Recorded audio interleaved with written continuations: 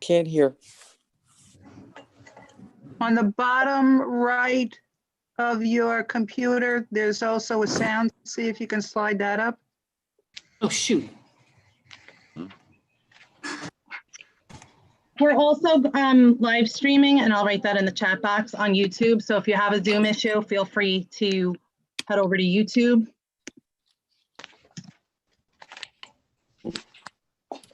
And just so you know, when we're live streaming on YouTube, there is a notification in the top left corner that lets you know that it's on YouTube.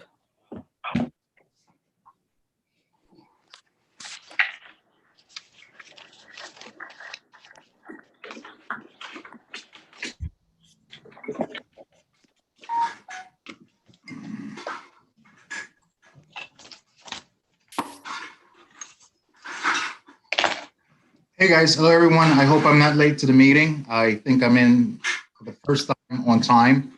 Jen, I know you're in charge. You're the one that and ensures that everything is in place. You're going to run the meeting. And Dr. Gigante, I appreciate the fact that you accepted our invitation to be able to be here and answer questions for the members, questions that perhaps are more difficult for us to answer. Given the fact that you're much closer to directives that come down from the state. And as we know, COVID is not one roadmap, it's multiple. Every day the situation is different. So we did ask the members to and submit questions that you will be able to clarify and or at least get them where they understand what we are dealing with at this point. So with that, I leave it to you to share what you know and what you can do. Okay, thank you, Arnie. Can everybody hear me? If you can't, I apologize. I'm trying to get as close as I can to my computer. I appreciate you allowing me to take the time to just discuss some of these things with you. I do know that there are a tremendous amount of questions being, and I want to preface this with stating that every morning I wake up and I cringe because somebody changes the rules on something. So I want to just make sure that everybody understands that what I tell you today could change drastically tomorrow, and that's happened before. But we do try our best to be on top of things, and we have put in place some parameters and some guidelines to ensure two things. One is that all of our staff members continue to get paid should they go out on quarantine. We try to ensure that they continue to get paid. And secondly, we try to make sure the process is as easy as we can, so that there's very little confusion as what happens during the COVID exposure process. Couple things that I want to just make sure that we all understand. One is we only follow the guidelines of the Department of Health and the state of New York. It's great that the CDC puts out things. It's great that the American Academy of Pediatrics puts out things. Unless it comes from the Department of Health, we only rely upon their website and their advisement. We do take things in consideration, but there is always confusion with the CDC said they should do this, or the Department of Pediatrics said they should do this. We follow the Department of Health through Suffolk County and New York State. Okay, so a lot of the information that I will be sharing with you is what I refer to every day on the Department of Health website. Okay, I did have an opportunity, Devin. Thank you for sharing the questions with me. I did take a lot of the questions and I started going through some of them. Just so that I can kind of get a better understanding about what the questions are. For those of you that know a little bit about the history about where these forms come from, when COVID broke out in March of 2019 in the United States, especially New York, there were two emergency provisions put into law. One was on a state level, and that was the New York State COVID Response Act, and then there was a federal law. Which is the Federal COVID Response Act, which falls under FMLA. Okay, so in reality, there's two avenues. Ernie had mentioned a lot of different roads. There's two roads right off the bat that my office has to look at, and we've made the conscious decision since day one, is that we rely upon the FERCA regulations because they are the easiest to get reimbursement for. Okay, and there are some specifics to what that reimbursement is, but I'll get into that in a few minutes. The reason why I say that is because as of today, the FERCA regulations, they expire on December 31st. If they expire, this discussion will change drastically. I'm hopeful that they won't, but I just want to make sure everybody's aware that what I'm telling you today is based on the current regulations, but that may change in 2 weeks. So some of the questions that you gave me, and I'm just going to speak, and then if there are any questions, Devin, you want me to just go through it, and then if there's any questions, I'll just go through it that way? Yeah, I think that sounds good. Okay. So I'm just going to go down the line of the questions you've given me. All right. Is there a policy in place for related service itinerants to provide services to in-person students if the staff member is out on quarantine? In terms of policy, we don't have a policy. We have procedures. We will try to fill. Generally speaking, we are trying our best in terms of quarantine, if we can, to provide remote instruction. However, that's not a fail-safe. It does not happen all the time. It's generally, Ms. Patterson has done a good job with her division, especially. And really, it's a collaborative issue between the other school districts and what we're doing. But it is a challenge. So we do try to provide remote if we have to, but we don't have a policy in place that is specific to it. Okay. If we have to quarantine from personal contact, can we work remotely at home and still get paid? Again, case by case. There are certain people that we can. There are certain people that we cannot. We have been trying our best to get creative with how we do this, but I cannot come out and make a blanket statement that we will put everybody on remote instruction. It just doesn't work. So we do try our best to do that. Is sick time charged to someone who is told by DOH to quarantine due to COVID-19 exposure? All right, so there are 3 questions here. I want to kind of go over the process because I think you'll understand that. And, I think it will make it easier for you to gather how we do this. So let's just say that you go home and or you're called to quarantine, or you are awaiting lab results from an incident that took place not in the school building. Okay, 2 very big distinctions. If something takes place outside of the school building, you go home, your child is sent home because their class got quarantined, you need to provide childcare. If you go home and your husband or wife are sick and you are in direct contact with them and they test positive to COVID. If you yourself have been told to quarantine from an event that took place outside of the school day, you are going to, and I feel bad you're not going to see this, but we actually have, and every one of your administrators has this. It looks like a COVID form. Okay, every administrator has copies of this. It's also on the intranet. This is the process as it works right now. You would get this packet from your administrator and you'd complete the packet. The packet asks some very specific questions, your name, your building, your role, the date leave or the leave dates, why you're requesting the COVID time. And it will give you 6 questions as to what those are. And they include, are you requesting time because you're subject to a COVID-related mandatory quarantine? Are you requesting leave because your doctor or health provider advised you to self-quarantine? For those of you asking questions, should I quarantine while I'm waiting for the results? That's the question you answer. Because most medical professions at like CityMD or Pro Health or Go Health, they're going to say you quarantine until the results come back, and they'll put that on the doctor's note. Other things involved, you're requesting leave because you need the care for an individual who is advised to self-quarantine, children who are sent home. All of those things are on this form. So you're going to fill this form out. And again, this is only for COVID situations that do not begin in the school. Okay, these are outside things.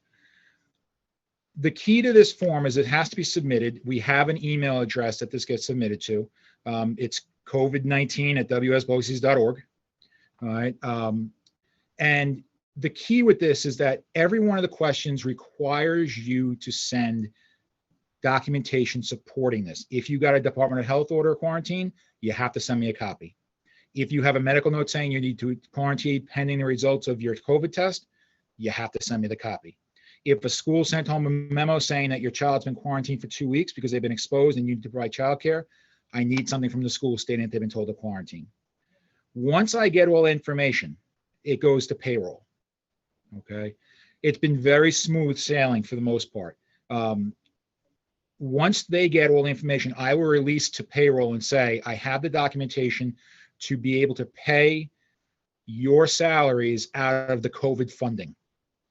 Okay. However, for some of you for some of you that have questions about, do I take sick time? Until I get all that paperwork, they are coming out of your sick bank. You will get them reimbursed pending the result of getting the paperwork. But let's just say it gets you a week. It takes a week for you to get that paperwork to me. 5 days are going to come out of your bank. And then probably 1 to 2 pay cycles after I receive all the paperwork and clear it, those will be reimbursed to your bank. The only scenario that may change is if I knowingly or I'm aware of a scenario where somebody may be docked because they don't have enough sick time, and I will make an exception to that and work very carefully to make sure that they do not get docked if they don't have to be. All right, we're very proactive with that. The key though is getting me the information and getting the information that I need, and part of that is having the documentation to that. Okay. The only one that I want to tell you that is a little bit tricky, okay, and this goes back to my comment before about the 2 different paths, the federal and the state, okay. The federal government will reimburse us for COVID time. So if you're quarantined, you go through FERCA, okay, and just a side note to that, you don't have to apply to it. If you choose not to use your FERCA, you don't have to. If you don't want to put this form in and just take 2 weeks sick, that's fine too. Okay, this is just so that you get reimbursed. It's not a requirement. That being said, FERCA will pay the district back for the time. New York State just says we'll pay you. It doesn't tell us how we're getting paid back. So you'll get paid, but we don't know how the agency is getting reimbursed. So that's why we're using the federal funding first. The only change to this or challenge to this is the idea of travel. I know many of you had questions over Thanksgiving. What about the travel, the quarantine rules? This is where the 2 programs differ dramatically. On one hand, if you knowingly travel out of state, the state COVID plan will not cover you. You must take your own time, okay? FERCA will cover you, and that's the federal program. Okay, which is why it's a little bit of a challenge right now, because if FERCA expires on December 31st, and some of you have planned a trip, you may not get reimbursed in January from the FERCA time. Okay, so that's why I want to make sure that everybody's aware of that. But we will do our best to pay where we can deem it to be paid acceptable pay. The other thing that with this is that there are some key pieces to how you get paid. For example, and I'm working off a worksheet, so just if I keep looking down, the FERCA provisions, the federal provisions are very specific. So if you are subject, for example, to a quarantine order, what FERCA says, the federal regulations say you can get paid up to 80 hours, okay, of time. However, the cap is $511 a day. So if you make more than $102,000 a day, you will get paid the $511, and if or you may get taken a portion of your sick time and not have that reimbursed, because there is a cap on the amount of money that the federal government reimburses for that. Okay, and that's pretty much standard across the board with any type of the provisions on the FERCA, whether you're subject to quarantine, isolation. I'm sorry, could you just? Excuse me? I think I froze. Did I freeze? I'm sorry, I asked, could you repeat those numbers again? So the federal provisions, okay, they allow for the pay is the higher of regular rate or minimum wage to $511 a day. So over a 2-week period, it equals $5,111. Okay. Now, in FERCA, the other side to this, and again, I can share this, Devin, I could share this information with you if you want to put it out to the members. The other side to that is if you're caring for an individual under federal regulations, like you're staying home for childcare, the max is $200 a day. Okay, so what we've been doing is we've been supplementing the FERCA regulations with some of the New York State COVID regulations to ensure that everybody's getting their full pay. All right, we've been doing what we need to do on our end to make that happen. Again, the big challenge is that the FERCA regulations go away on December 31st. It's going to significantly alter how we can pay people. Should they be quarantined? And again, I want to be very careful. These are quarantines that do not take place inside the school building. Okay. So let me just talk about that for a second. I'm going to make this as easy as possible. If you are ordered to quarantine inside a building, okay, or you are put on remote instruction and you are working remotely, if you're working remotely, there's nothing you need to do. You are continuing to get paid. If you are quarantined or you get exposed and become positive to COVID and you cannot work, but it's because of a direct exposure in the school building, okay, the simplistic thing is that the principal gives me a list of those staff members who are quarantined and for how long they're quarantined, and I do the rest. You don't need to fill out anything, okay? So please take a deep breath when it has involving anything in the school building. We will handle that. We don't need any paperwork filled out. It's too cumbersome. We're talking about literally hundreds of people. There's just too much paperwork. It's easier for us to handle just with lists in Excel and making the proper documentation. Ernie, are these all Unit 1 and 7 and 9 members here? Yes, these are the people that are directly impacted by the Western Suffolk BOCES Association. Okay, so there's no Unit 12 members or any hourly members. Ernie? Okay, well, I'm going to assume. Recognize that they're not directly impacted as we are, given how our employment day is deployed. Okay. So some of you may have, if you've read the board minutes, yesterday the board approved 3 remote instruction periods for our hourly employees to be paid. And those were taking place back in November. I believe it was Brennan at Junior Senior and at James Elementary. Just so that you know the background to this, we do not have the right as an agency to pay people who are not working. If there are hourly employees or employees who would have to go on remote and who have to go remote but cannot provide a service on remote, if we paid you, it would be considered a gift of taxpayer funds. We can't do that. The only way we can do that is to have the Board of Education approve the payment in lieu of those services. And that's what the board did last night for all of those times back in November. So just know that the board is very supportive of trying to keep all of our staff members safe, and they're willing to go the extra mile to pay the staff members when we do decide to go to remote instruction. For you as contracted employees, if you're providing a service, and that service is remote instruction, because we went on remote instruction, we don't really close buildings. We go to a remote instruction model. So when we closed Brennan or Junior Senior, it wasn't necessarily closing it. We just provided remote instruction. The clericals, custodials, and administrators were still in the building.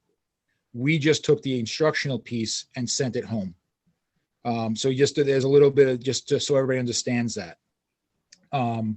So that's just a side note to the internal. So if, just to repeat, if it's an internal COVID exposure or quarantine or shutdown or remote instruction piece, we'll handle that on the administrative level with a very simple Excel spreadsheet. We don't need the COVID paperwork. Okay. So that answer, I think I answered, because you had questions on here about sick time charge while someone's willing to wait results. They get a negative test result. Even if you get a negative test result, if you go to the doctor and you get a negative test result, but you were tested and you provide proof that you went and got tested, the COVID time will cover that. Okay, so you have a sore throat, stuffy nose, you don't know what it is, you go to City MD, they take a test, you get a piece says that, you took the COVID test, you get a quarantine or stay home for 3 days pending the results of the test, and the test comes back negative, you'll still get the COVID time as long as you put in for it. Okay. There's also the, if there's no sick time available, somebody asked about Unit 9 clinical instructors. Okay, this goes back to the idea that we are aware of those staff members if they're Unit 9 members. We work very closely with payroll and with Mr. Flynn to make sure that we can continue to pay those employees. Okay. I'm not going to lie to you, there is a lag sometime in the returning of the sick days. People, just please understand that, you know, we have hundreds of employees. We want to make sure they get paid first and foremost. We have the record. So if you got 145 days on your roster and you lost 3 days to a quarantine, if they don't come back in the first pay cycle, please know we have that information. It just takes some time to reimburse that. My biggest concern as a personnel guy is making sure that the people who should be getting paid are getting paid. And we're working on that. We're trying to make sure that that's happening. Let's see. We did the quarantine forms, how members get notified of their request to be approved or denied. Consider everything approved. If I need more information from you, I will give you that. I will reach out to you through my office, through Laura or myself. But as long as you provide me the COVID paperwork and the requested documentation, it's approved. Okay. If I have questions, I will call you directly. And to your credit and Unit 1's credit, you've been very, very good with getting me the information that I need. You can always email me. If it's a COVID-19 specific question, just email covid19@wsboces.org. I have access to that email. Laura has access to that email. We check that multiple times throughout the course of the day. But you can always just email directly at my email address as well. I'm pretty responsive to it. If you're not available to do email and you need to call me, call my office. If I'm not here, Laura will try to find me. Laura can, she can answer 99% of the questions as well. So, that answers the first major sections of your quarantine related questions. Now, there were some questions here, microcluster school exposure, closure questions. What is the criteria for us to become a yellow zone? We just got off of a meeting about that. So I don't want to get too deep into this, Ernie, because it is a pretty fluid discussion, but I can share some information with you. So right now, the discussion regarding yellow zones, orange zones, and red zones.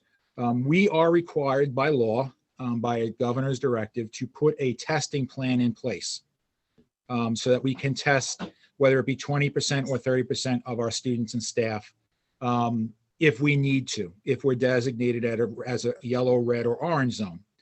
The big challenge is that design was meant for school districts with a very stagnant geographic zone. So if you live in Deer Park, you're just talking about Deer Park being a zone. Everybody on this call knows that our buildings are spread throughout Western Suffolk County. They include a variety of students from all over the place. We're not even sure if we fit into designated zones. So we are working through the logistics of that. I wish I could give you more answers on it, but every time we go to answer questions, we have more questions. But please note that we are working diligently on putting a testing proposal in place. You will probably receive prior to the holidays a request in the event we need to. And again, it's just a request for those who would like to volunteer should we have to get tested. We're in the process of trying to, in terms of training our staffing, the staff that will be doing the administration of the COVID tests. But again, that's all in the working stages. We are not sure, again, if we have any, if we will be listed in any of these yellow, red, or orange designations, just because of the nature of our agency. I spoke to Ernie prior to this. Ernie and I have been having ongoing discussions regarding APPR variances. He and I will continue to have that discussion. I can't really speak to it at this time, though, because there's more logistics in that involved. I will get back to you. And Ernie and I have had a lot of conversations on that. Your question about multiple work sites. This was a question, are people possible for tag? Is it possible people that are tagged as multiple worksite employees to receive building-specific robocalls? I hate to sound like a commercial, but we're working on it. It's something that Nancy Fischetti is aware of. It's a question of trying to get our notification system to link to our WinCap system. And I do know that other districts do different things. If anybody, has children now, I think I've gotten 14 emails from Farmingdale schools and text messages in the past day and a half, as well as phone calls at 11:30 at night saying that somebody's school is closed, somebody this and that. There are some technical issues to listing people as multiple worksite employees. And that comes down to designating them a little bit further, because multiple worksite employees include, in terms of WinCap, every one of our itinerants and every one of our T&Cs and every one of our adult instructors and every one of our summer school instructors. So we have to figure out a way to break that down a little bit further, and we're working on it. It's been a long process. So let's see, health policy protocols. So I would encourage everybody, I'm gonna, I'll share it with you, but the Suffolk County Department of Health Services, if you Google that site, they give you very specific discussion pieces as to when you should quarantine, what the exposure rate is, what does close contact mean, what does proximate contact mean. Again, I know that CDC came out with some different recommendations in the past couple of days. Until the Department of Health of Suffolk County and New York State puts their signature on that, we are following the Department of Health's guidelines. And right now, the quarantine time is 14 days, okay, from the last potential exposure. What is the policy for staff and students returning that have tested positive for COVID? They need to be symptom-free. They need to be fever-free for at least 24 to 48 hours, prior to them being allowed to come back. They do not have to provide a negative test. Okay? If they're symptom-free, we would assume that they don't need to provide that test. And quite honestly, we haven't had an issue with that. Most of the doctors, as we've seen, they do ask for follow-up with the students or staff members if they are exposed to, or they do have COVID. So that's the answer to that question. This one is a little bit more of a gray area. And somebody asked the question, what are the specific protocols regarding students who appear to be sick when they go to school? Are they only being sent home only if they register a fever? Many people do not register a fever when they're contracting COVID-19, but display other symptoms which may be mild. So if a student displays mild symptoms of a cough or any nose upon arrival at school, are they being sent home and asked to remain home? I'll give you a little vignette, a little funny, not funny story, but it's a story that happened to me about a month and a half ago. My stepson's in 5th grade in a different district, and I got a call to pick him up because they thought he had COVID exposure and that he had symptoms of COVID. It turns out there were like 29 kids who, quote unquote, had COVID exposure. Long story short, they had a bad batch of milk, and the symptoms included stomach ache, nauseousness, and things like that. And they were all sent home, and the policy was so rigid that they couldn't return unless they got a COVID test. Everybody knew it was the milk. Everybody knew what it was, but because the policy was so strict, we all had to go do the COVID testing. That being said, and the reason why I say that is I like to think that our nursing staff, and I like to put support on them that they have the know-how and the knowledge to make informed decisions based on a student's history, prior history, discussion with parents when applicable, and they know the children. I do know that there comes a time when you have to become very objective with things. Again, a fever is a non-starter. If a child has a fever, we immediately isolate and send home. But if a child has allergies and the nurse knows there's allergies and has a runny nose and a stuffy nose, we may not preclude them to go home and have to do a COVID test. That's the nurse's prerogative based on the history of the student. And that's really what we've been trying to stay with.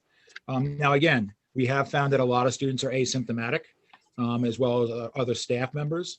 And the more testing that's done, the more chances of those tests coming back as positive. While I like to say that we have a very distinct yes and no answer to that question, I think that we really have to rely upon our health services and our nurses to make an informed, educated decision on who they're sending home and when they should make the decision as to should it be a COVID test or not. The last question is in traveling, will the same travel advisory rules outlined in November 13th still apply? Yes, they will still apply. And again, that involves, travel where I don't have it with me. I'm looking to see the travel regulations. I have it somewhere. I'm going through my sheets. The quarantine guidelines to travel, taking the test 3 days before leaving the space that you went to, quarantining and taking another test 4 days when you return. Those are all protocols that have been put in place. But I want to remind everybody, if you knowingly travel out of state and the FERCA regulations are not upheld and renewed, you cannot put in for COVID time for that after December 31st. You will not be reimbursed. You'll be required to use your sick time. Okay, and that's just a rule that the federal government, the state has a very strict rule. They're trying to curtail the travel. The federal government has other thoughts on that. Okay. The other question that came up, it's not on this, but it has been asked to me a number of times.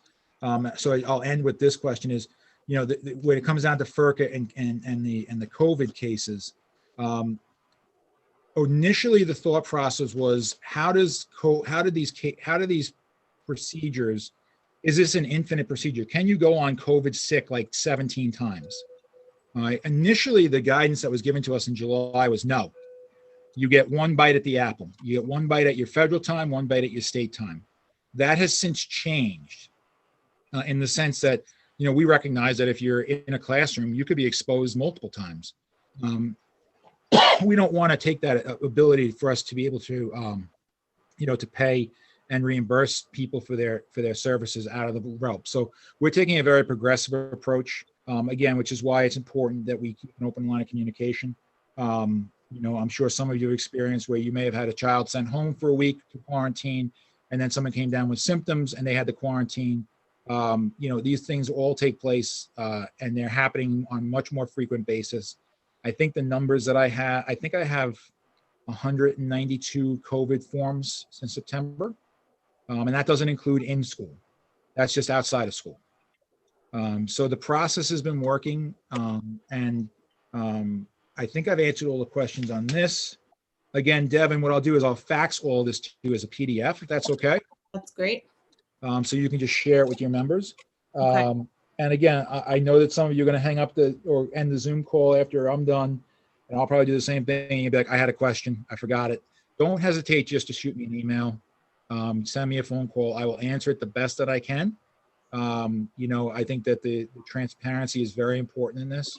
I am trying to keep this as far away from being a labyrinth than anything else. I'm trying to keep it as streamlined as possible.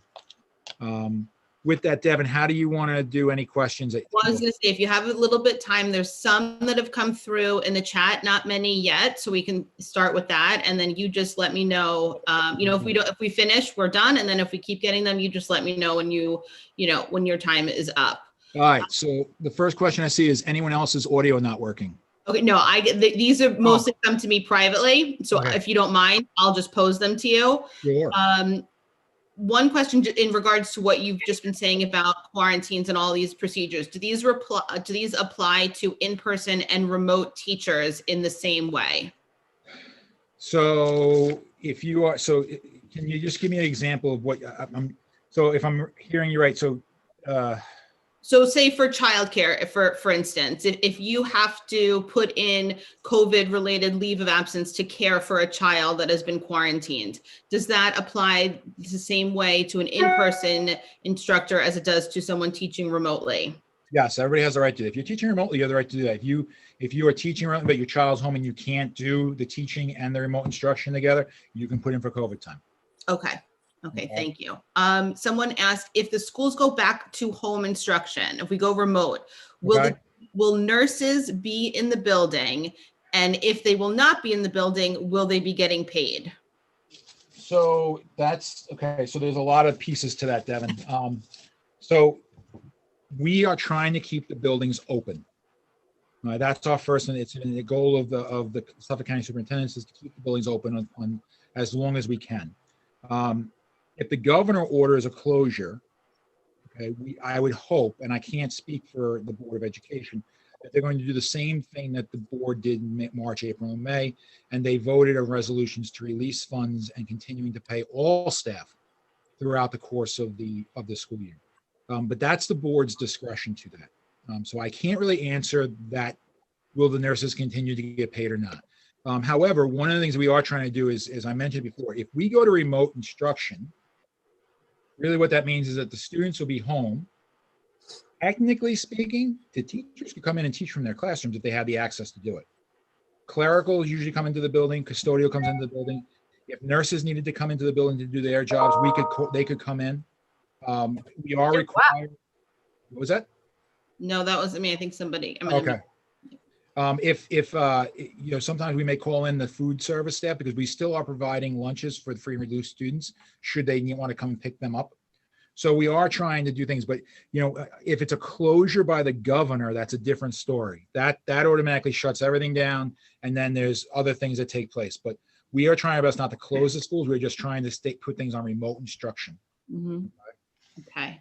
And then just one other question came through. You mentioned before that if we are somehow declared a yellow zone or what, we know that was a little, we still don't know about that. But if we have to put a testing plan in place, you mentioned training staff. So does that mean that BOCES staff would be doing the testing? There wouldn't be contracting with a lab or anything?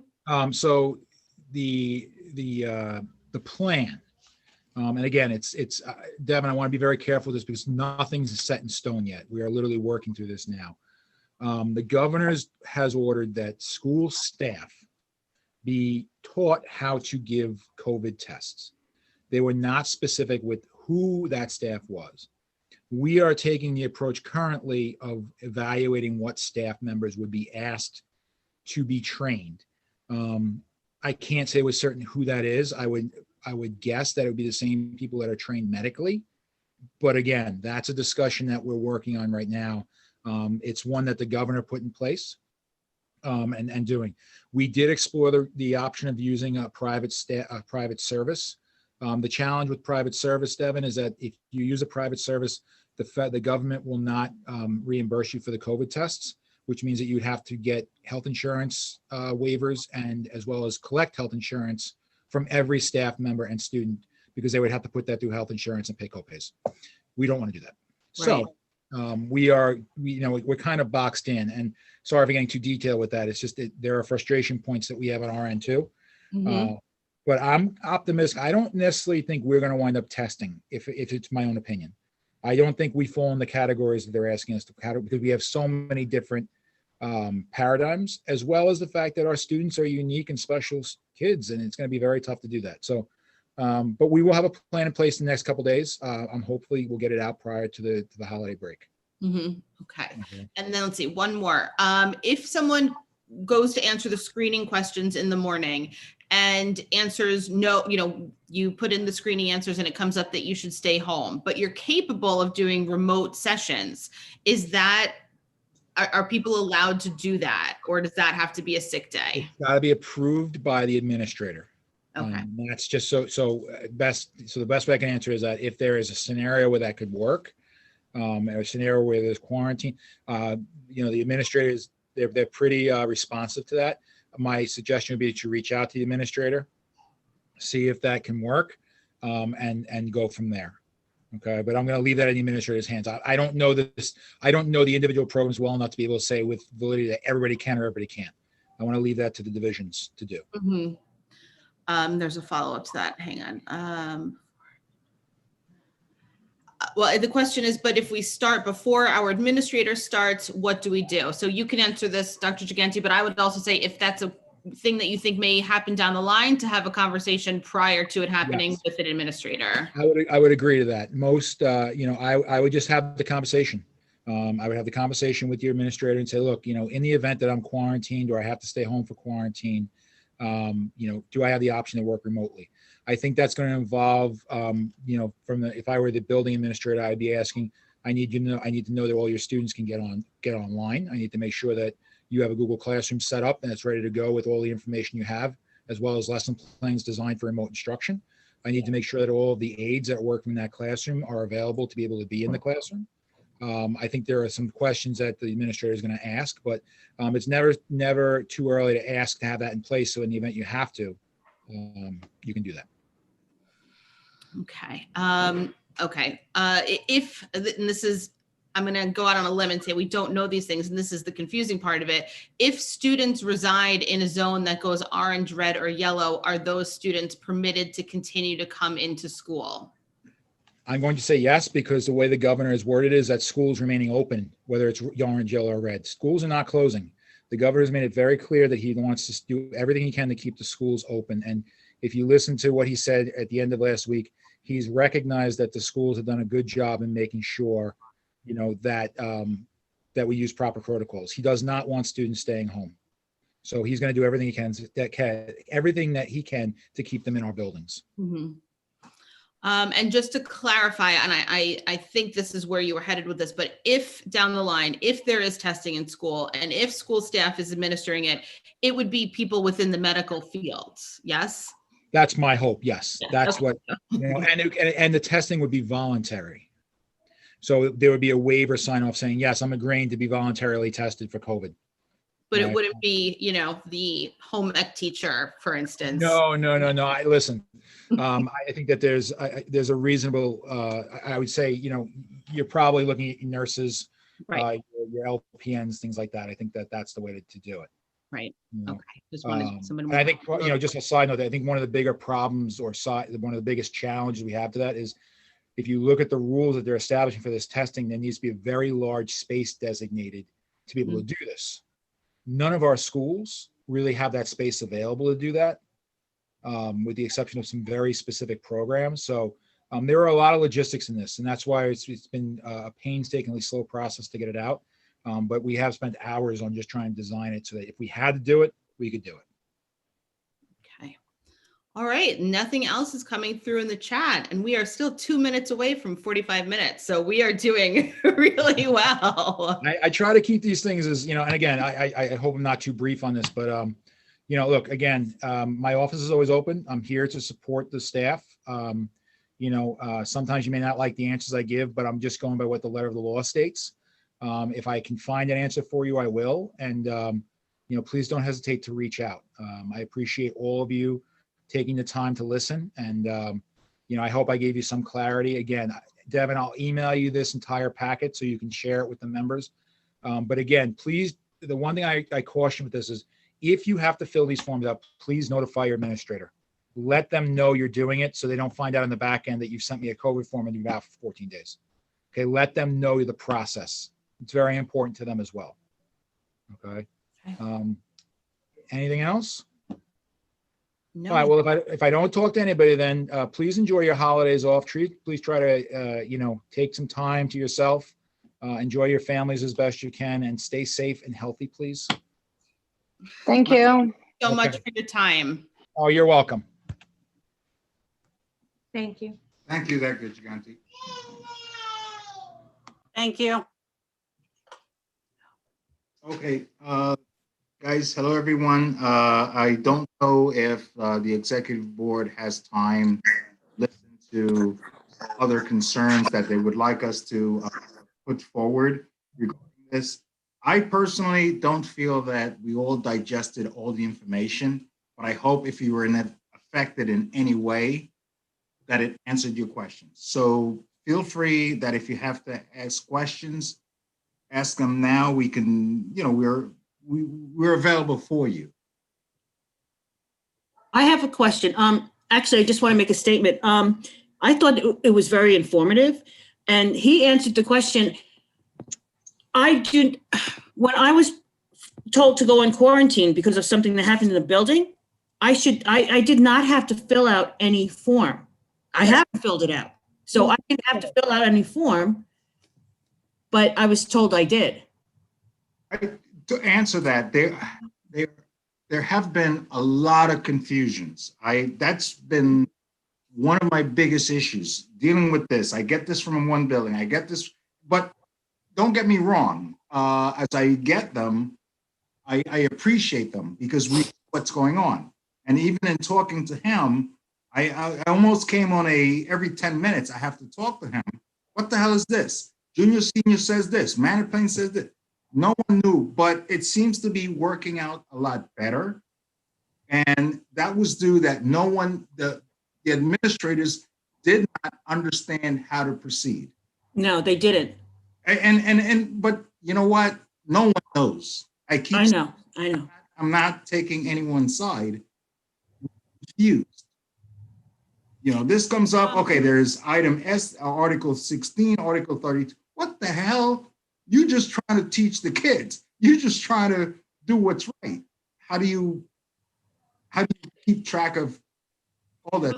you know, what Dr. Gigante said, it was so informative. It was right to the point. It answered so many questions. And I'm so grateful that he agreed to this meeting, because now I know I don't have to fill out the form. I know what people, I know when you do have to fill out that form. It's just, it was, I'm very grateful he went on, because it was informative. Good. And Ernie? the only reason, Educate- the primary reason I made sure that I can get all the information coming from the horse's mouth is that it's the most effective.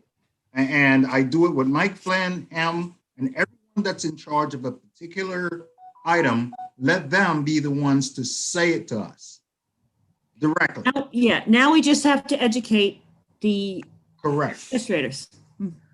Ernie, while we've got everybody on, we've had a number of calls where they have not heard from the Department of Health. And your recommendation has been what? I did, actually, we have a meeting next week, but my bottom line recommendation to our members, if you didn't hear from the Department of Health in 2 days, thereby call them. And I got to make sure I talked to Mike Flynn and explained to him that give the members the option, not just saying, okay, expect a call from the Department of Health. We've had a number of cases where it's 5 days later, they didn't hear from the Department of Health, they don't know what to do.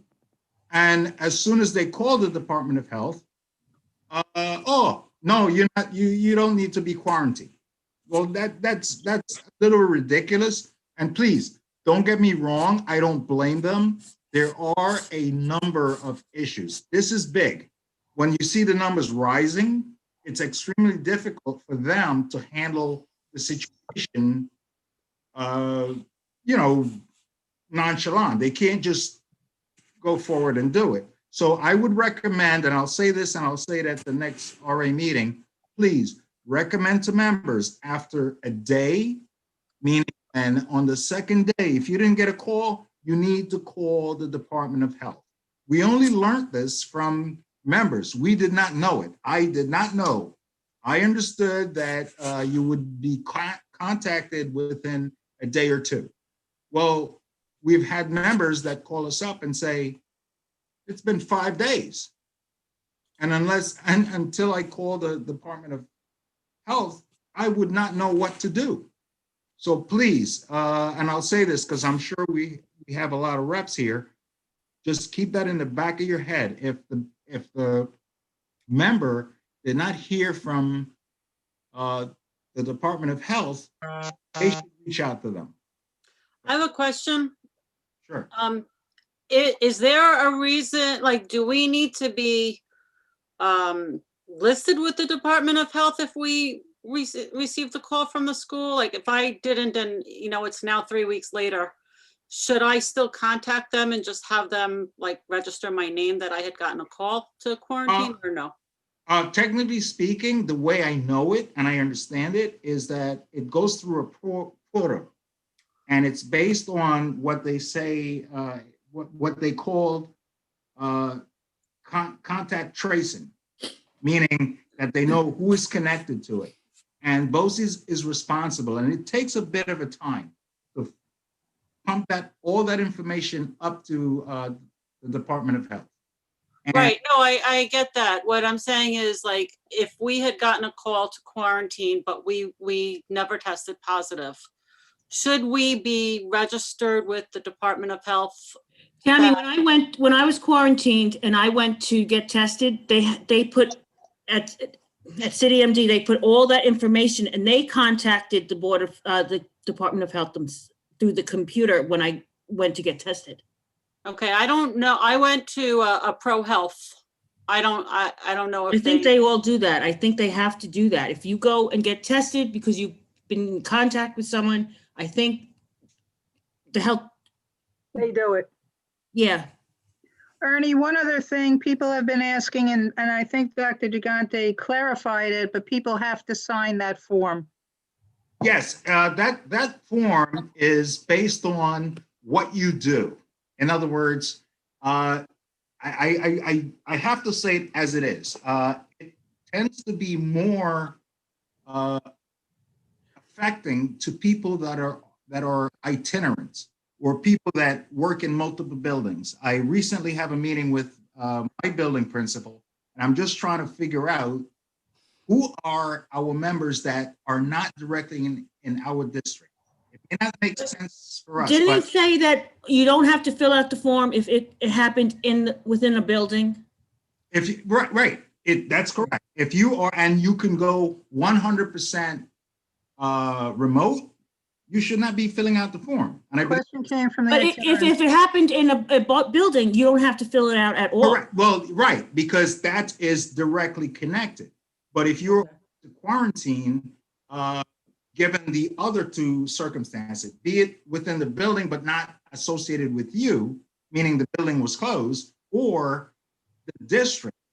In other words, it's a situation that occurred in the district. I got it. I Then- got it. Or a I family. know, that's the problem with this. That, I think that the members need to hear it multiple times to understand it. It gets very complex as to.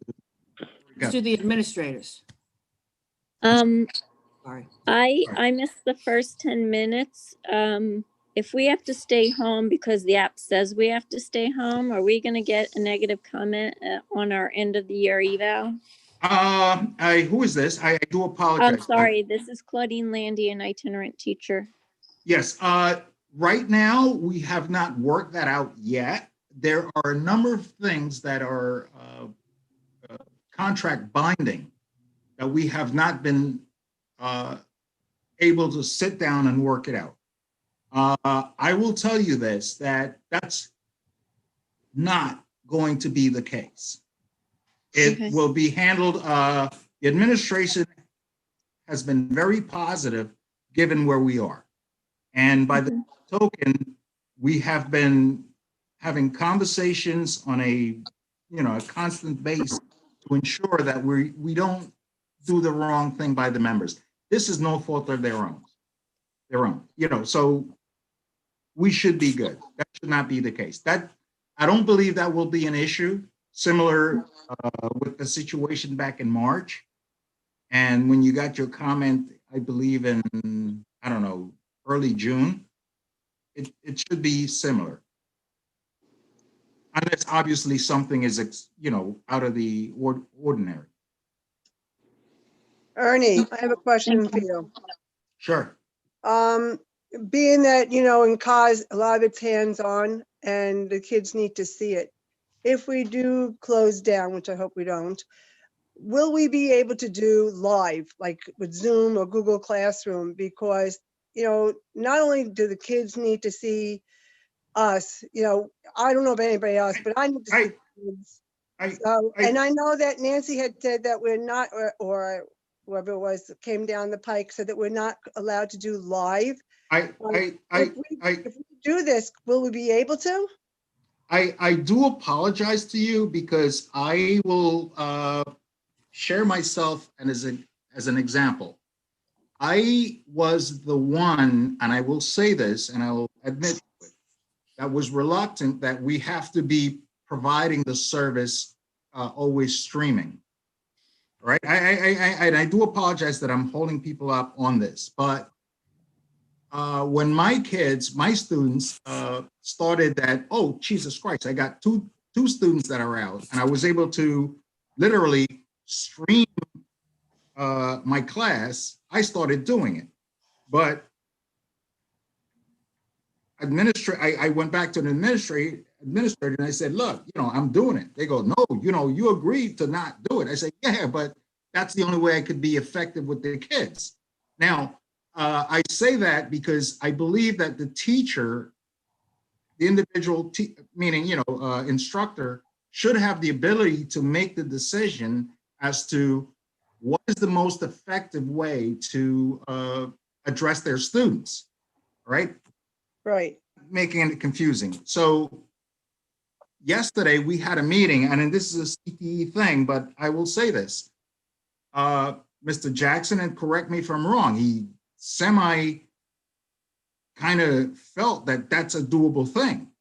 Right, I remember him saying that's a possibility. Okay, but I will tell you this, when I was in his office, he was no, based on Right. what he said. So that's a new conversation I have to have with upper administration. You know, if they give the instructor the ability to more effectively reach their students, I'm all for that. Right, okay. Make any sense? So Ernie, I'm a bit confused now because when I spoke to you last week and well, the itinerants, you know, we are doing live instruction for our remote students.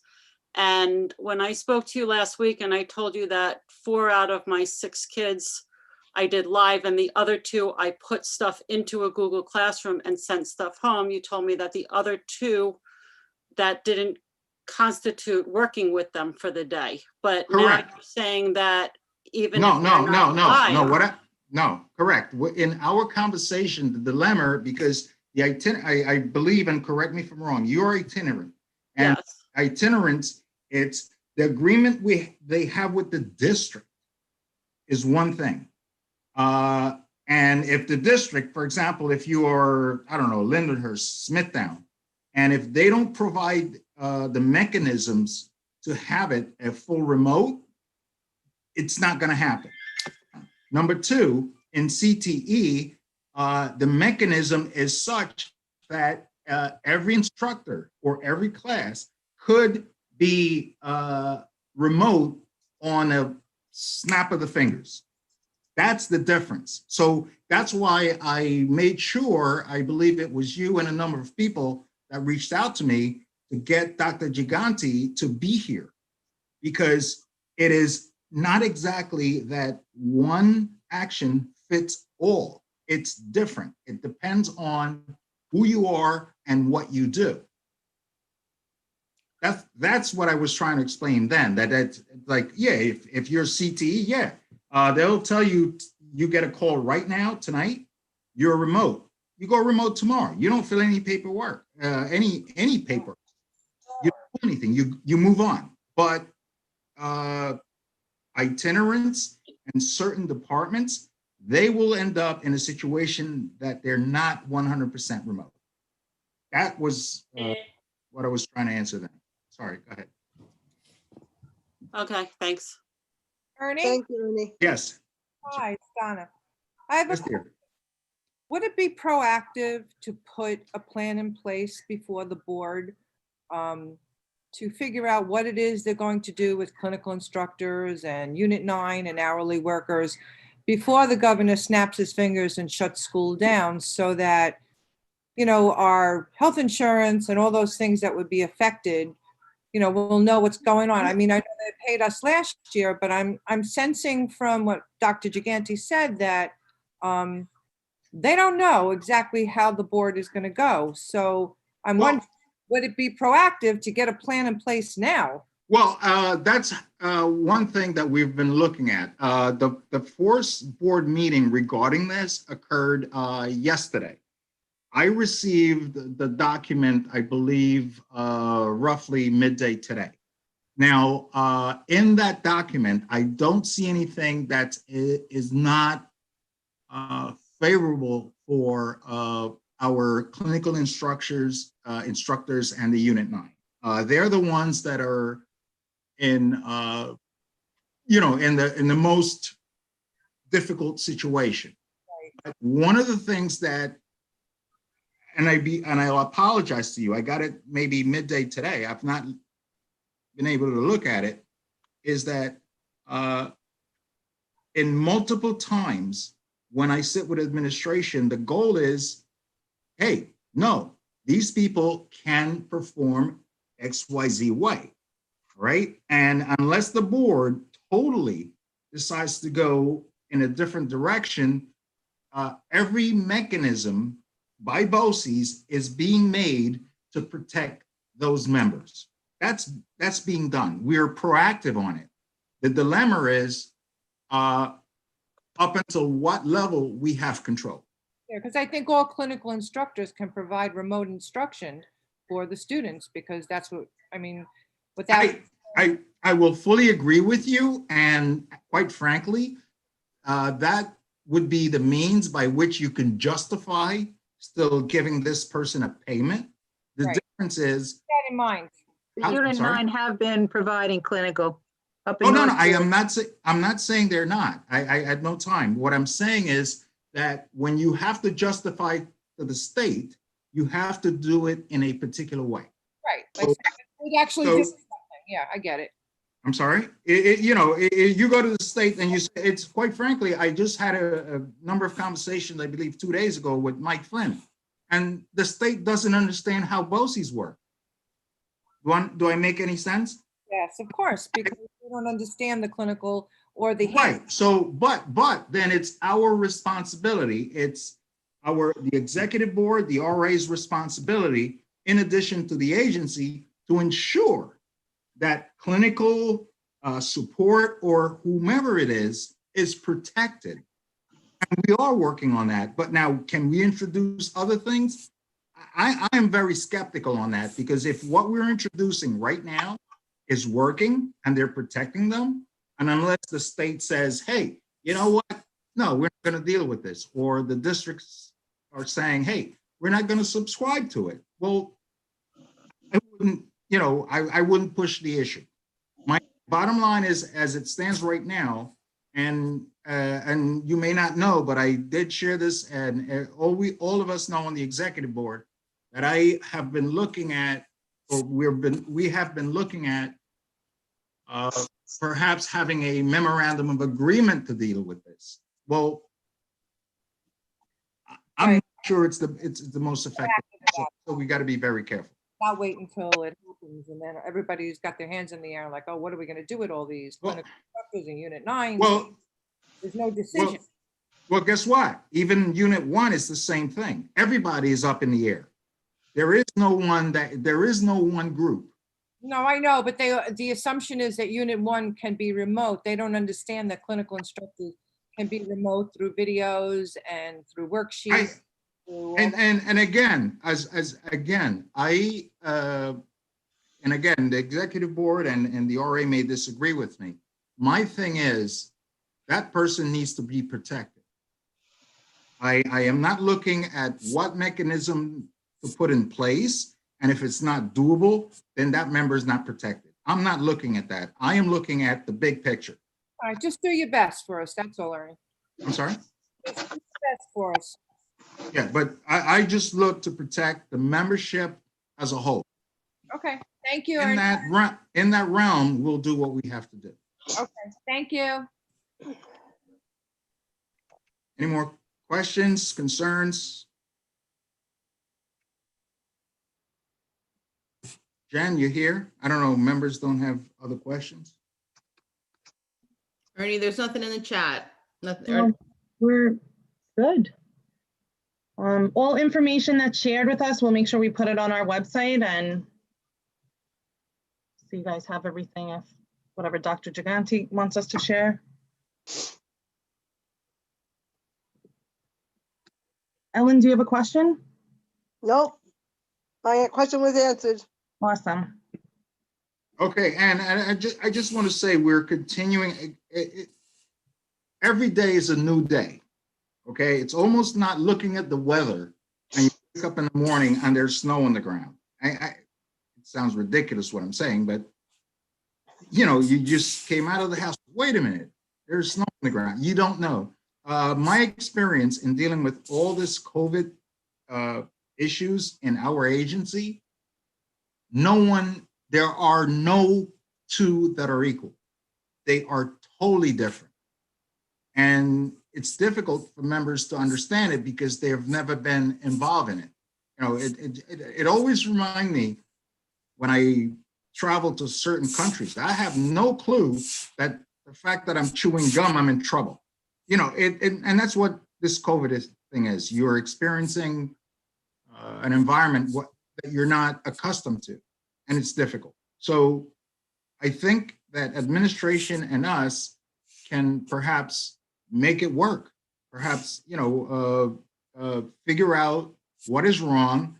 I will emphasize that lately, especially with Dr. Gigante, it's almost every, I don't know, hour, half hour, that I'm on the phone with him, that, yo, we got to correct that. We got to make sure this is right. We got to do this.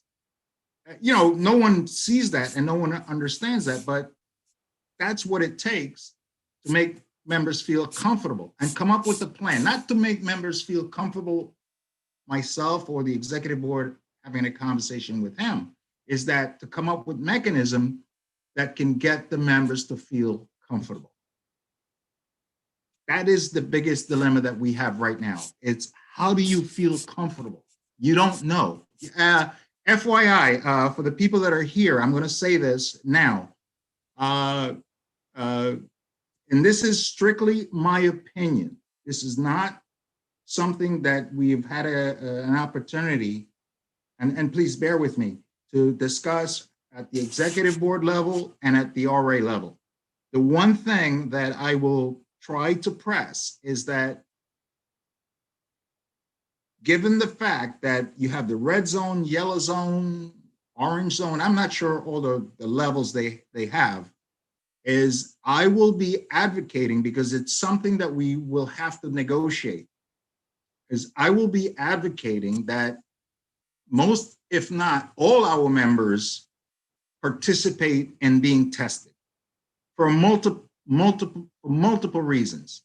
Number one, your family, right? I don't want to see members not get tested, and they're in an environment and someone gave it to them, however, it occurred, especially when we're special ed and we have to interact, even in CTE, you have to interact very closely with your students.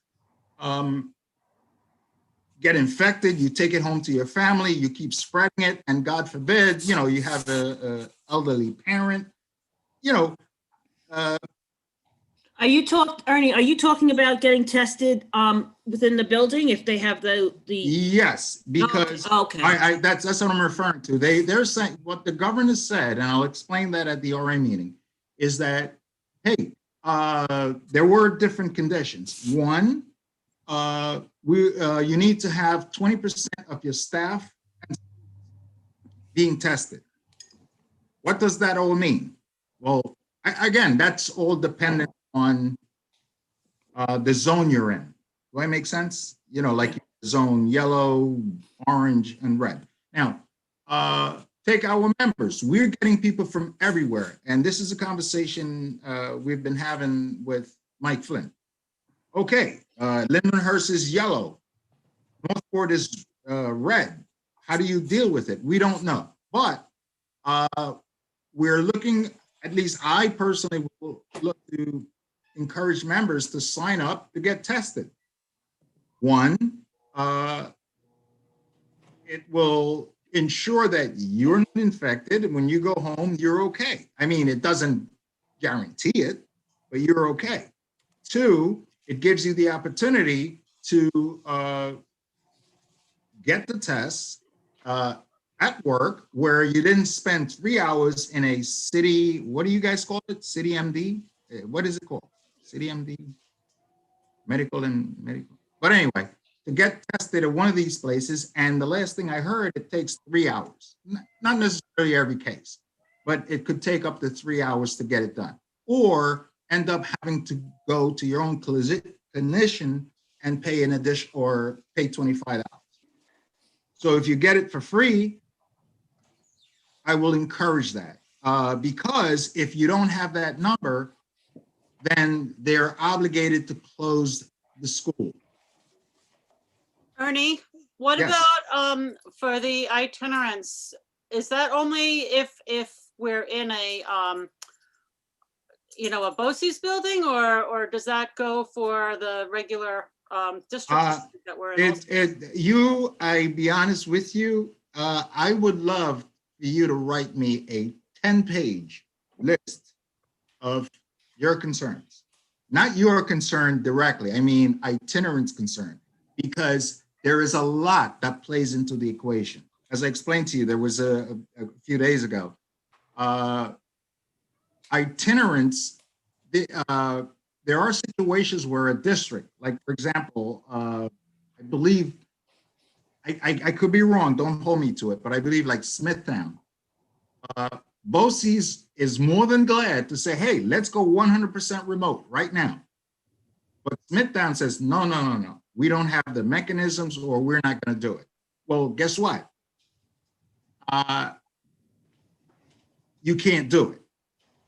Do that make sense? Like, itinerants are so unique that the formula does not apply.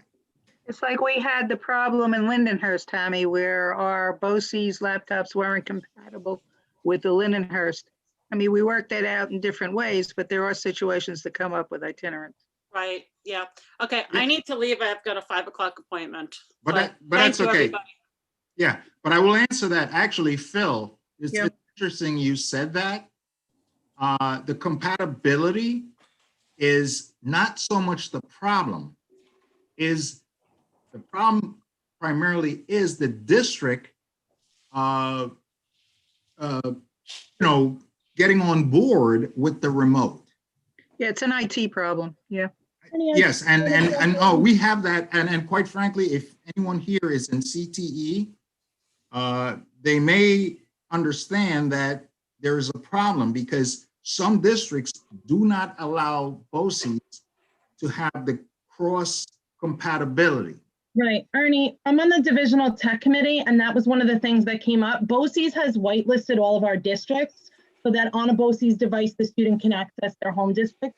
A lot of districts, though, that's where the challenge is, that they're not allowing the BOCES. So, tech is aware of it, but it's not necessarily our tech issue.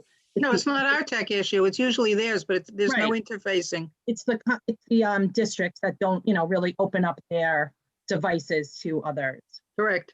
Correct, okay, I love the fact that you guys said that, because that is one of the biggest problems or challenge in terms of saying to someone, okay, you're fully remote. Well, the district says, well, nah, we don't want you to have access to, to have it cross-compatible. There is a problem. Now it comes in where you need to have a COVID form. And that's the dilemma that I've been at odds with Mr. Flynn and Dr. Gigante with this. On guess what? Then you got to get them on board. Teachers are available. They're willing to do their job. They're willing. And then now you're saying they can't do it. Do you want to give service to the students? This is a conversation I had, I believe, on Sunday with Mike Flynn. It's like, do you want to maintain the service?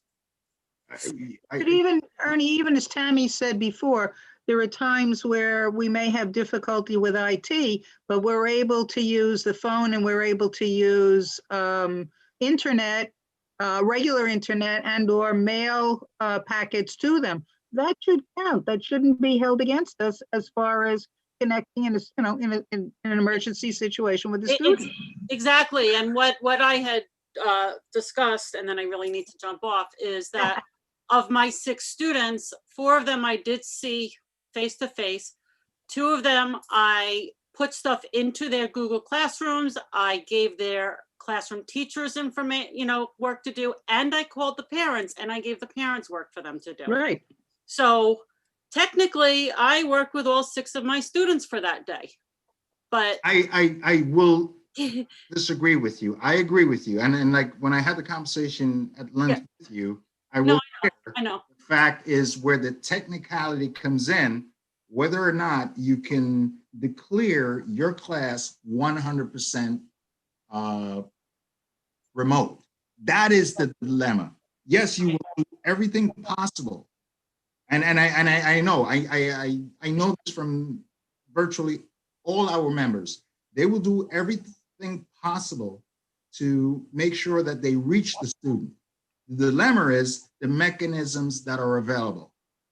Okay, I really need to go, but that's okay. But just to answer that question, I'm answering it not directly to you. No, I know. Any member that happens to be in your similar situation, you try to make sure that you do whatever it takes to correct those issues. Like, you doing it, you can do it this way, but that's not acceptable by the system. That's not what they declare a full remote class. That is the dilemma. Sorry. Ernie, I have two comments. It's Claudine Landy, again, the itinerant. First off, I mean, Jen has contacted North Babylon. I actually put in a request for my student. She's a second grader at Parliament Place in North Babylon, to get a Chromebook. The whole class ended up getting Chromebooks, but we put in two requests for them to allow me to have my Google Classroom on there, and I still can't. So if that district goes remote or that school goes remote, I have no way of teaching her, even though for like the past like month and a half, I've been trying, over that, probably the past couple of months, I've been trying to get, my Google Classroom on there. We did what we had to do on our end, and Jen has contacted them twice to let them know it's still not accepting BOCES. Yes, and that's what I mentioned earlier before, that in most cases, BOCES is willing to go, straightforward.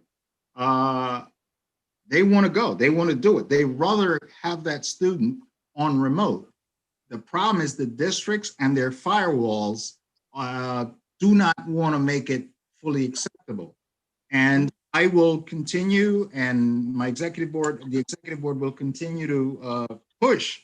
But hey, you know what? Look at where we are. We're having so much difficulty. We're not doing the right thing by the students by having conditions that you can't agree on. Yes, I will say this. It's not that simple as a networking person. It's not that simple to just say tomorrow morning, we have a connection. You have a connection to my pipeline. There are a number of policies that has to be followed by the network. I did not recently have a conversation with administration regarding their network policies concerns. For example, every district has a network policy, and that policy, it's not easy to integrate it to a different district's policy. Do I make any sense? Yes, no, I understand. For example, in your household, I know it's always been a pain in their rear. My wife had this custom that hey, you got to take your shoes off, and no, you don't. You do certain things, but the other entity doesn't have that. And then when you have that situation, it's not from. Oh, Jesus. I do apologize if we can keep having the conversation. I'll deal with that later. But yes. So one of the conversation I had with Dr. Gigante and Mr. Flynn was, let's come up with a way that they start integrating the ability for BOCES to connect to all the schools. All right, and that's a big problem. One thing I will say to that, they have a number of schools that it's automatically there now. They did that over this back in March.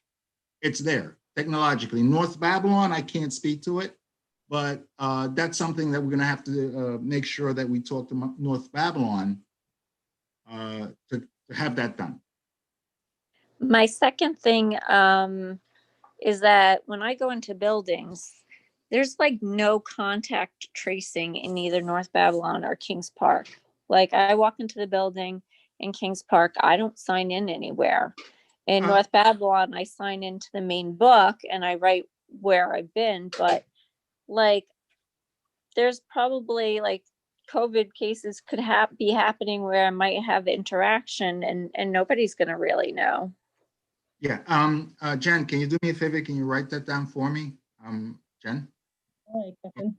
Yeah. I mean, I put it on my own, the daily attendance form that what rooms I've been in and, so they know, but I mean, I don't know if they contact BOCES every time, there's a case to make sure it's not some, I've arranged it with the teacher in North Babylon that if, there is any COVID cases, that are related to me to let me know.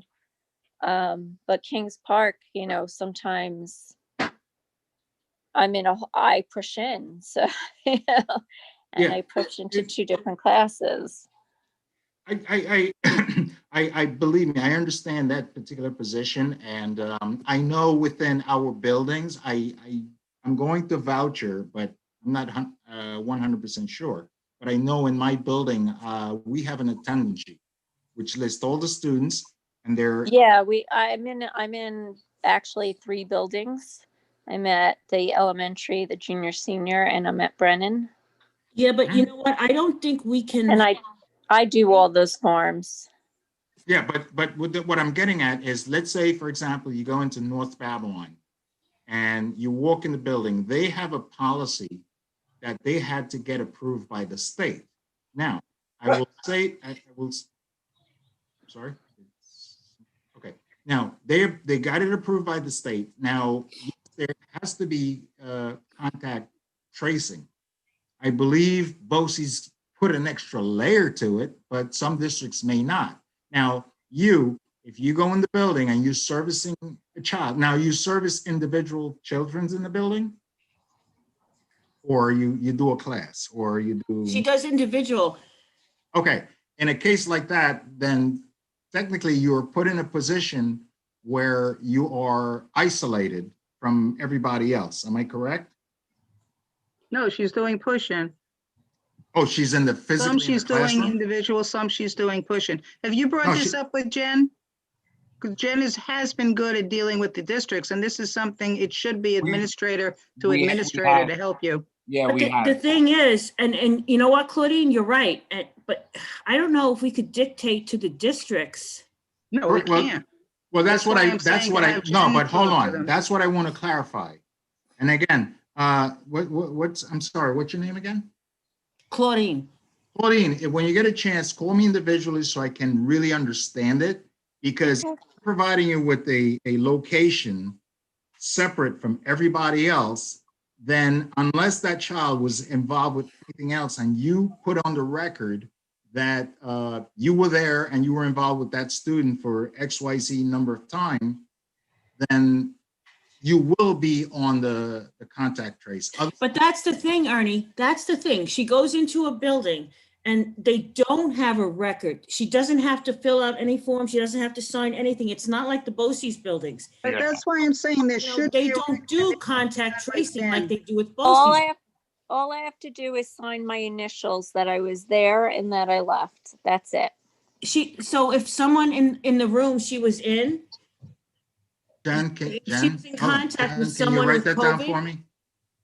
Okay, sure. All right, Sorry, but go ahead. I've Sorry, got Ms. this. Skidmore, go ahead. If she was in a classroom and she was in.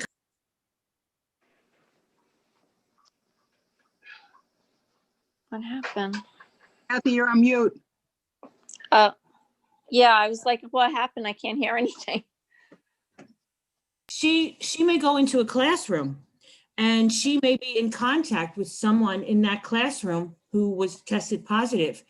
And she won't get called because they don't have a record of it. They don't keep the records the way that the BOCES buildings do. Right. What's Jen, I know you guys had said, I saw some head shaking that you guys went to Jen Patterson. What's been the response from your administrator?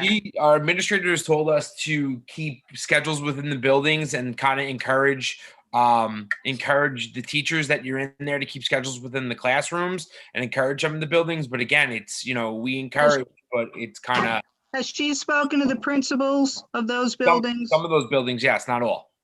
Okay, it will be helpful for her, and she's been doing it, to contact the principals in those buildings and tell them of our concern from her as an administrator.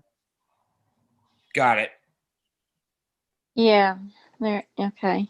And my third thing is, since I am in 3 BOCES buildings and I was to be one of the testing people, would it count for all 3 buildings or just one? I am not sure what you're saying. For COVID testing. Okay. I believe in our buildings, we're required to fill out the My Badge. Yes. And My Badge is supposed to give you the ability to go from building to building. However, if you spend any time in a particular location, you have to sign that form. No, I don't sign the form because I have my work badge through the itinerant program. All she has to do is do the work badge app. She doesn't have to fill out any other form when she goes into both these buildings. No, but whatever department she goes in, for example, if you come to my building and you already had your badge checked, and as you know, there may be things missing. When you come to Wilson Tech Dix Hills and you had the badge checked, 6 o'clock in the morning, and you're from the junior senior, you come to my building and you come to my room, you are required to fill out a piece of paper. Yeah, and I do all that. then I'm not concerned that's- about that, although I don't want to be a snitch, but I will let you know that when I go to the elementary school, nobody's checking the app. I know that, and I don't, not from the elementary school, but, and I will say it bluntly, I am also a person that does that I fail to recognize to do that. But also, I believe that the person that walks in a room has the responsibility to do it. I do it as much as I can. For example, I go into Miss Patterson's office, I go, where's the sheet? I need to fill it out. Yeah, that's not my question. My question is for the COVID testing. You know how you need 20%? They don't even check to see if her app is, No, Kathy, she's talking about something else. So let her ask the question. I was just saying we need 20% of the people in the buildings tested, correct? Not yet. That's still being I determined. mean, if that was to happen. That is the regulation. If there is testing, 20% has to get tested. Yes. Since I work in 3 different buildings, like if I was to be one of the people tested, would it count for? We don't know that. We don't know. That's, I think, some of the confusion as to why with the zones, is it geographical zone? Is it, student zone? I don't think we have an answer to that at this point. Not yet. They're working, that's TBD. Okay, thank you. That's all I've got. And just so everyone knows, I don't know, as far as checking the app, I don't know about building to building procedurally if people are checking, but I do know that the principals get a list every day of who has not filled out the app. What they do with that, I can't speak to all the buildings, but I know that the administrators are receiving, audits of who has not filled out the app. Yeah, and I believe that's the reasoning behind why the elementary doesn't check. And I just want to say this, I just want to add to this. The other day I went to the elementary school and the first thing I did was look for the sheet that says check in so we can track you. I did that. It's also your responsibility, even if, that's putting somebody under the bus, but the security guard, hey, how you doing? I haven't seen you in so long. I say, no, where's the form? Where's the sheet so I could fill it out? We also have to be conscious on our level and not expect somebody else to always, giving us the heads up. We got to work together on this one, where if I know that I need to sign a form, so I could be tracked because of COVID, we got to do it. And yes, and I will admit, I do it. People come in my room, I don't track it. I literally don't track it. But the minute I recognize that they spending a certain amount of time in my room, they need to sign in. Sorry, but we can go ahead. I know we got to go. I know most people need to do their dinner.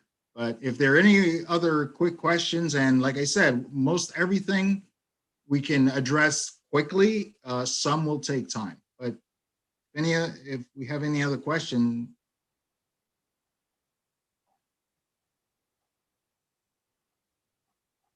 Okay, so good.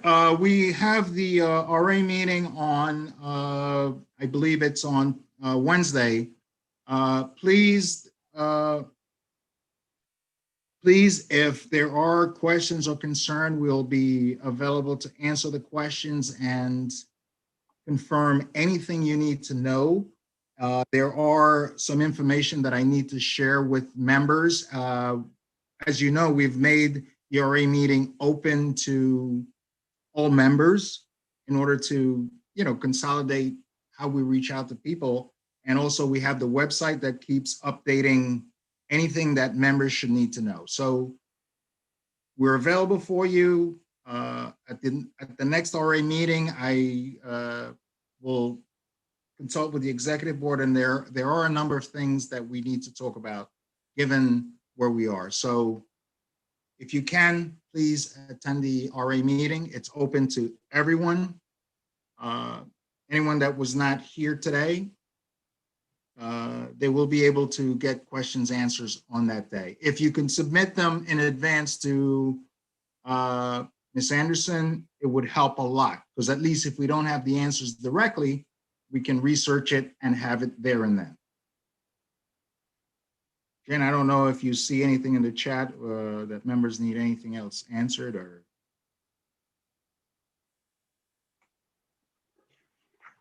Nope, looks good. Okay, so thanks, everyone. Please stay safe. And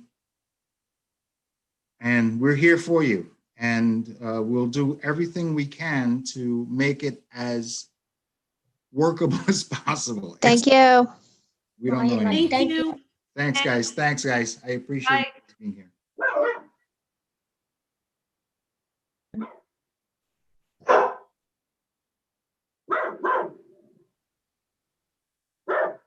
Ernie, did you need anyone to stay here? No, I have to close it. I got, there is a couple of people that while we were online were calling me up, and there are two major situations